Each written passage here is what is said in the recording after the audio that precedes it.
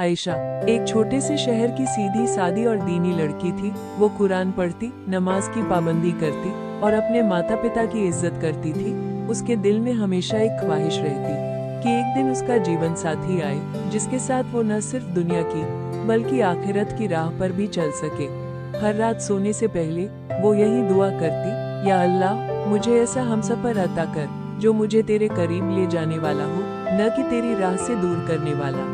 कुछ दिनों बाद लड़के के घर वाले आए। लड़के का नाम था उमर, नम्र, शांत और समझदार। उसने आयशा से सिर्फ इतना कहा, मैं चाहता हूँ कि मेरी बीवी मेरी हमसफर ही नहीं बल्कि मेरी दुआओं की साथी भी हो। अगर आप सहमत हो तो मैं चाहता हूँ कि हम इस रिश्ते को अल्लाह की रजा के लिए आगे बढ़ाएं। आयशा का चेहरा लाल हो गया। उसने सिर झुका लिया।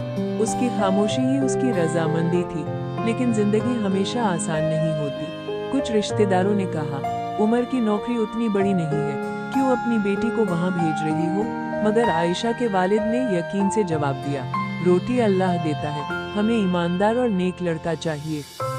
दौलत तो वक्त के साथ आ जाएगी। ये सुनकर उमर का घराना बहुत मुतासिर हुआ। निकाह की तारीख मस्जिद में तय हुई। उससे पहले एक सादा सा एंगेजमेंट रखा गया। न संगीत, न दिखावा, न फिजूल खर्ची, बस खजूर, शरबत और दुआएं। वहाँ उमर ने सबके सामने कहा, हमारी मोहब्बत सिर्फ अल्लाह के लिए होगी। हम एक दूसरे की कमजोरियों को छुपाएंगे और खूबियों की कदर करेंगे।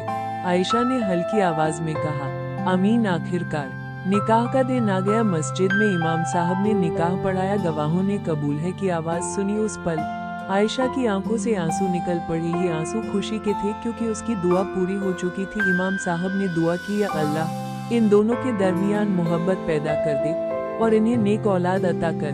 निकाह के बाद आयशा और उमर की नई जिंदगी शुरू हुई। उन्होंने वादा किया कि हर मसला कुरान और सुन्नत की रोशनी में हल करेंगे। आयशा ने महसूस किया कि एंगेजमेंट और निकाह सिर्फ दो दिलों का मिलन नहीं बल्कि दो परिवारों का भी इत्तेहाद है। असल खुशी सादगी और मोहब्बत में है, न कि दिखावे और खर्च में। इस कहानी से हमें ये सीख मिलती है, रिश्ता ईमान और अखलाक पर होना चाहिए, न कि सिर्फ दौलत पर। एंगेजमेंट और निकाह सादगी से करने में ही असली बरकत है और मोहब्बत का असली मकसद अल्लाह की रजा हासिल करना है।